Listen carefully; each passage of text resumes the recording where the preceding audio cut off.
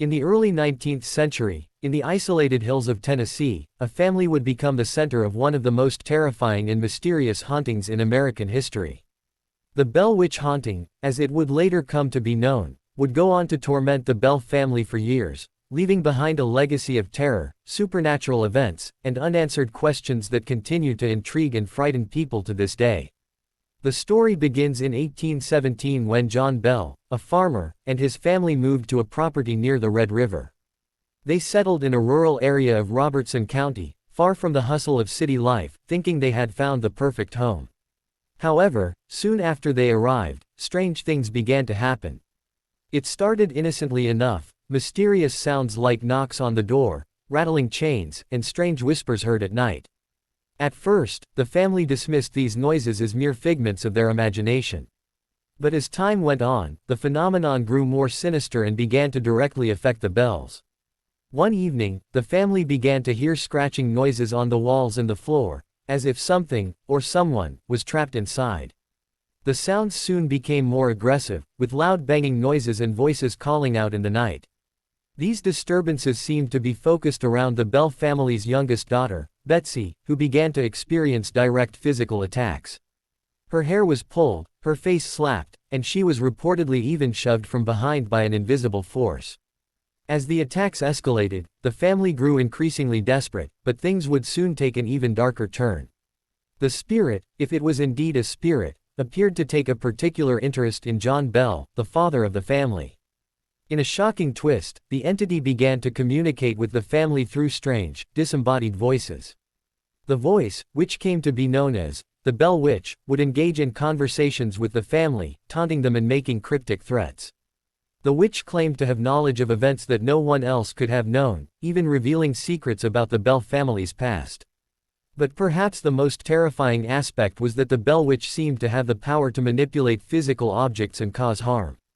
John Bell, who was the primary target, began to suffer from severe health problems, his condition deteriorating rapidly. He would often wake in the night with painful and mysterious symptoms that no doctor could explain. His body became frail, and he grew weak, as if drained by some unseen force. It wasn't long before the Bell Witch made its intentions clear. The voice of the entity began to openly threaten John Bell, saying that it would soon kill him.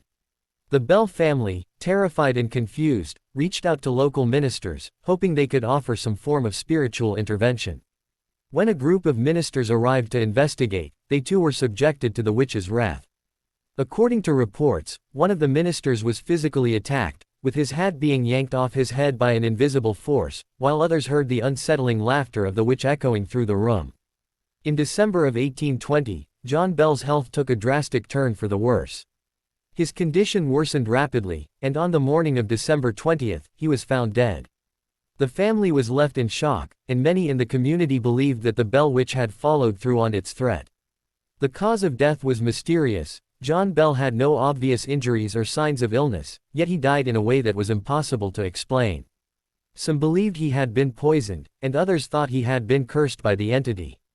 However, despite autopsies and investigations, no definitive cause of death was ever found. After John's death, the haunting did not end. The Bell Witch continued to torment Betsy Bell, though the intensity of the attacks seemed to diminish over time. In 1821, after a particularly violent encounter, Betsy Bell decided to leave the family farm and never return.